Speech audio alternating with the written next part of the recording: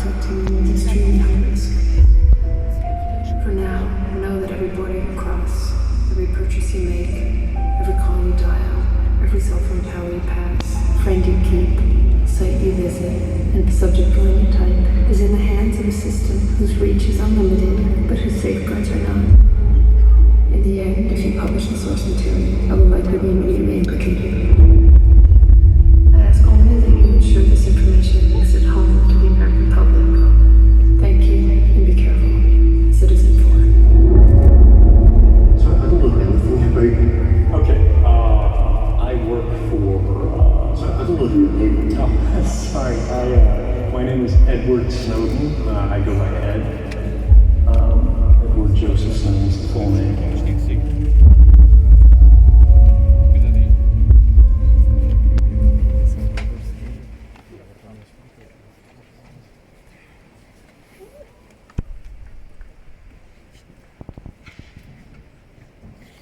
Ed Snowden, are you listening? I can hear you.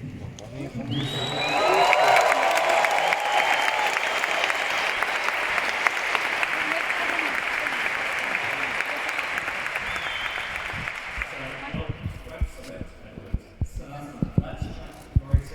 let's have you take it all here to the moment where you decided as a serving intelligence contractor that you needed to speak to the public, you needed to speak to the world. What was it like in that moment? What drove you to it? Excuse me? It's a good question. Excuse me, I had feedback on my audio line. I'll just try to talk through it. Imagine that you work at the CIA. You follow the rules your whole life. I had never been drunk. I had never smoked a joint. I was a square. My family worked for the government. I was going to work for the government. So you come from a certain kind of background. You're a certain kind of guy. You're not that exciting, but you believe in the importance of rules. And on the first day you work at the CIA, you have to take what they call an oath of service. It's a very solemn vow in a dark room, flags all over the place, with everybody else that's entering government service the same day. And here you have to swear an oath to support and defend not the agency, not a secret, not even a president, but the Constitution of your country against all enemies, foreign and domestic. Now, fast forward many years, after you've signed something else, what's called Standard Form 312, a classified non-disclosure agreement, means you won't talk to reporters. And many years later, you find that what you are doing, what everyone at your agency is doing, is a gigantic conspiracy to violate precisely that oath you took on the very first day. And this is what I struggled with for many years and eventually drove me forward, is what do you do when you have contradicting obligations? To what do we owe our greater loyalty? To the founding documents of our society, to the Constitution, or to Standard Form 312? For myself, the answer was clear. And when the government can act behind closed doors, when they can change the game without knowledge and consent, I believe the public has a right to know about that.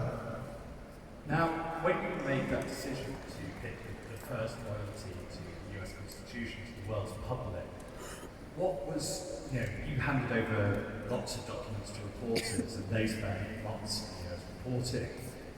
Now, you know what's going to remember every story, every line. What was the message that you wanted the US public, the public of the world, to take from what you saw and you disclosed? There's two large ones. One is technological and one is democratic. When we talk about technology, the primary distinction, the thing that drove me forward, the thing that chilled me, is that intelligence collection and surveillance more broadly was happening in an entirely different way. It was no longer the targeted surveillance of the past, where the police or spies went, we have this person that we suspect is up to no good. And so we're going to sneak into their home or their office, we're going to plant a bomb. We're going to go to the phone company, and we're going to tap their specific line. We're going to listen to a link that they talked to bad guys with. Instead, they began watching everyone, everywhere, all the time, saving as much information as they could, even for people who had done nothing wrong, even for people who were not suspected of doing something wrong, simply because it could eventually be useful, or maybe they wouldn't get a chance to catch it later, so they would prospectively begin surveilling people before they had broken the law. This is what I call the creation of the new permanent record. Systems were being created that did this all the time in the background, and nobody in a position of power tried to stop it because it benefited him. And this is what brings us to the democratic problem. The law didn't matter, the courts didn't matter, your rights didn't matter, because the system had redefined and compromised them and what they meant in absolute secrecy. And this leaves us with the question that I think we are still dealing with today. What do you do when the most powerful institutions in society have become the least accountable to society? And I think that's the question that our generation exists to answer. 2013 was a long time ago. 6 years and the world has moved quite a long way. It's not just the US president that's changed, though maybe people will feel different about the surveillance powers that has. We've seen our attitudes to tech change, we've seen the giants change. We've seen far more activity from Russia, from China, from other countries. Do you think the huge debate, the huge conversation that has started, how do you feel about the state of that 6 years on? Have we moved forwards, or are we moving back? Yeah, no, I think it's a good question. And this is really the subject of the memoir that I just wrote. The day I published it, the CIA and NSA sued to try to keep people from reading because they don't like books like this being written. I feel, looking 6 years on, that the world is changing and we are at a point of primary vulnerability. But I think as much as we see the anger rising, as much as I think we see awareness of problems beginning to develop, people are quite frequently mad at the right people for the wrong reasons as they see this increasing predation on all of us publicly through these systems, whether we're talking governmental or corporate.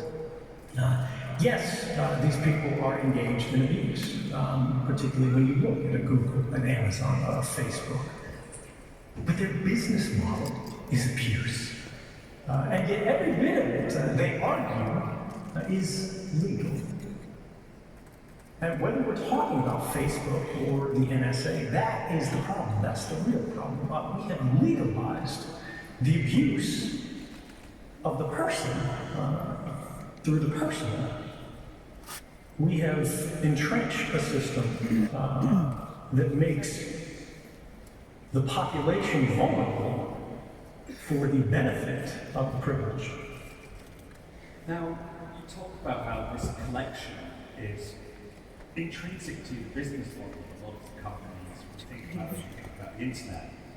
One of the main programs that maybe most famous that some of the context to what you revealed was Prison, famously one of the biggest tech companies.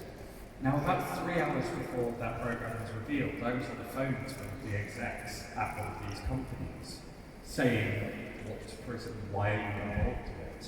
And they were very confident in denying it. They didn't think they were part of it. This was not something, no one is that good at lying.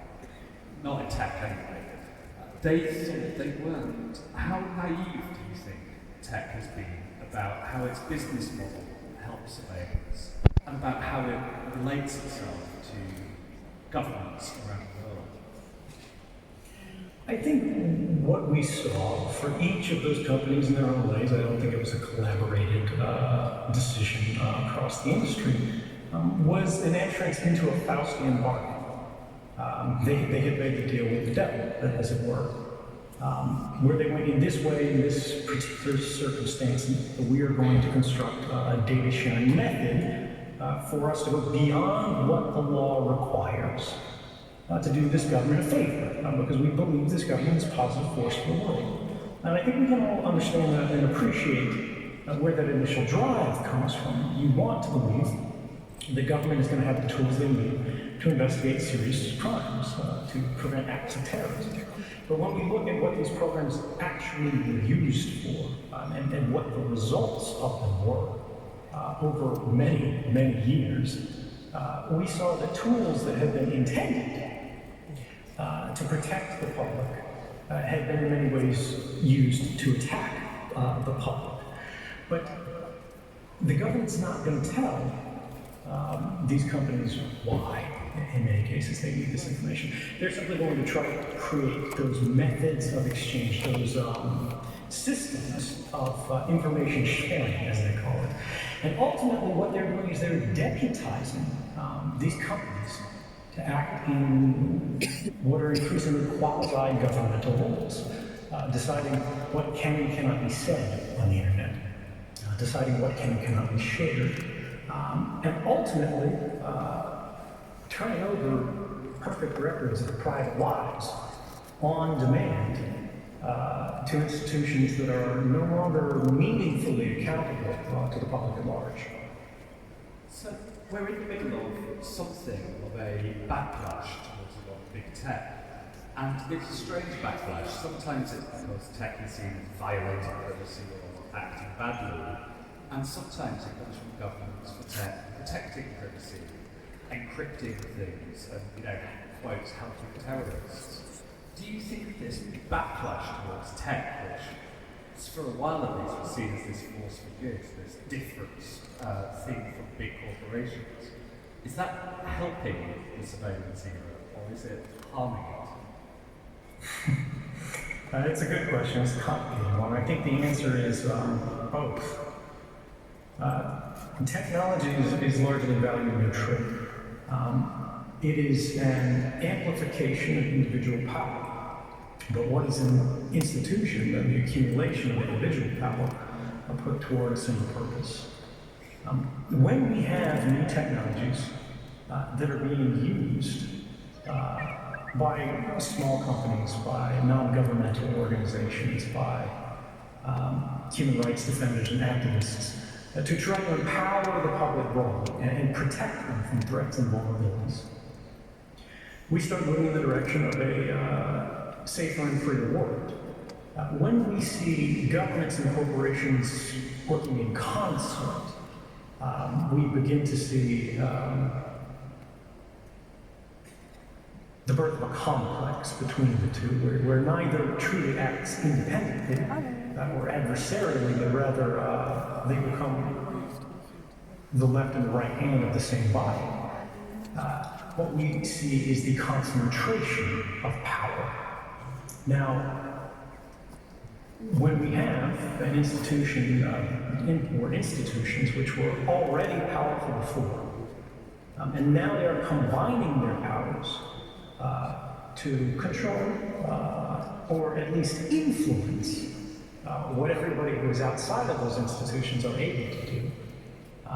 That, I think, raises real questions of, is the ultimate benefit worth the cost? Because if you create an irresistible power, whether it's held by Facebook or whether it's held by any government, the question is, how will you police the expression of that power when it is used against the public rather than for it?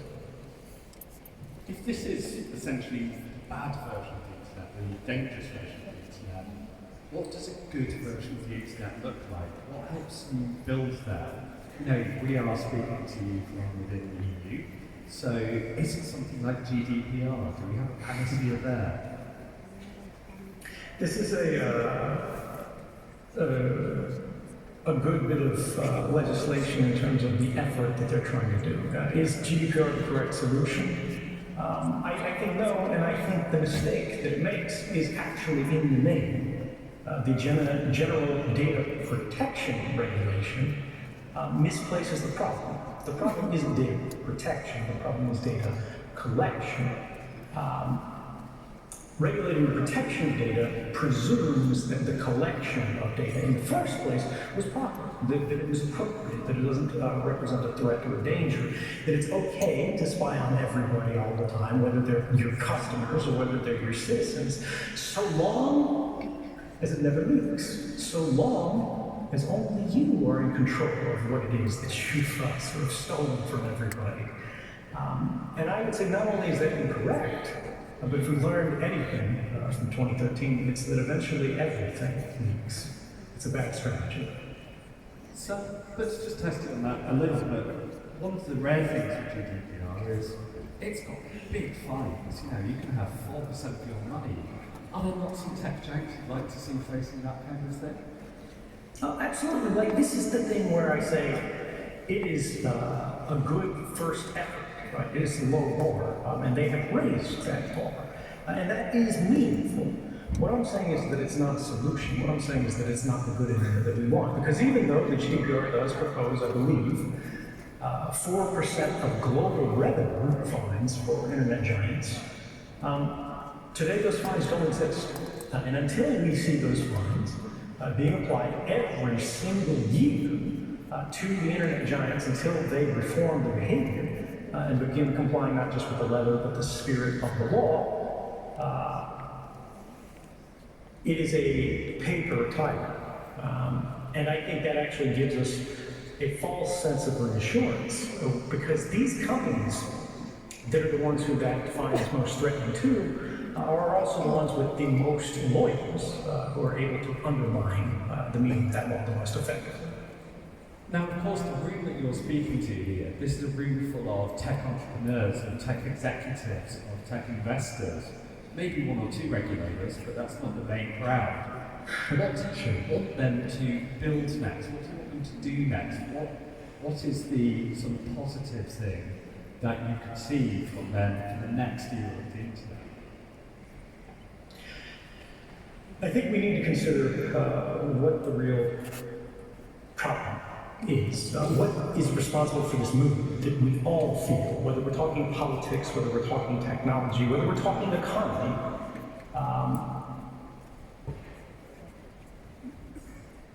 The public, my generation, particularly the generation after me, they no longer own anything. They are increasingly not allowed to own anything. You use these services, and they create a permanent record of everything you've done simply by having your phone in this room on you in your pocket, not even using it, but simply having it turned on. Registers your presence at this event because your phone's association with the Wi-Fi points that are around it, your phone's association with the cellular towers that are around it. And this is the thing that people miss. All of these companies, all of these governments go, oh, data collection, data protection. It's all very abstract. But data isn't harmless. Data isn't abstract when it's about people. And almost all of the data that's being collected today is about people. It is not data that is being exploited. It is people that are being exploited. It is not data and networks that are being influenced and manipulated. It is you that is being manipulated. And right now, the reason that is so, and the reason surveillance and collection is so much of a problem, is because we have to trust everybody on the network. We have to trust everyone that we pass on this hostile path of the internet. All of the routers, all the internet service providers that you cross. If you have to trust Cisco or Juniper or Huawei or Nokia, we have a problem. Because you can't trust anyone. They will all act in their own interest rather than the public's interest broadly. Whether it's a private company or a national telecommunications company, it is an institution of power. And our communications are vulnerable today to every single one of them until we change them all. Until we redesign the basic system of connectivity on the internet. We have more and more communications becoming encrypted today. Or electronically protected, right? They're no longer electronically naked as they cross this hostile path.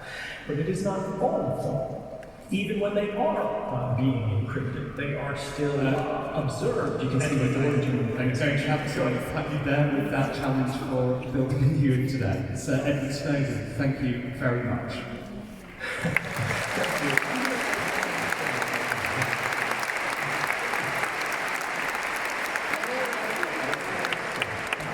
And this is, before the call for restructuring the internet, it's much more simple than that. Rather than asking people to trust you, rather than asking them to trust your service, as all of your ailing competitors do, show them why they don't have to trust you. Have all of the intermediaries between you and the people that you're talking to are not in control of you. They do not understand your content. It is private to them. The only people you have to trust are the people that you're talking to, the people on the ends of the communication. And the reason that is important, even if you are for the NSA, even if you are for Facebook, is that there are companies, there are laws that do not apply to these countries. There are different jurisdictions, and the internet is global. The law is not the only thing that can protect you. Technology is not the only thing that can protect you. We are the only thing that can protect us. And the only way to protect anyone is to protect everyone. Thank you, and stay safe.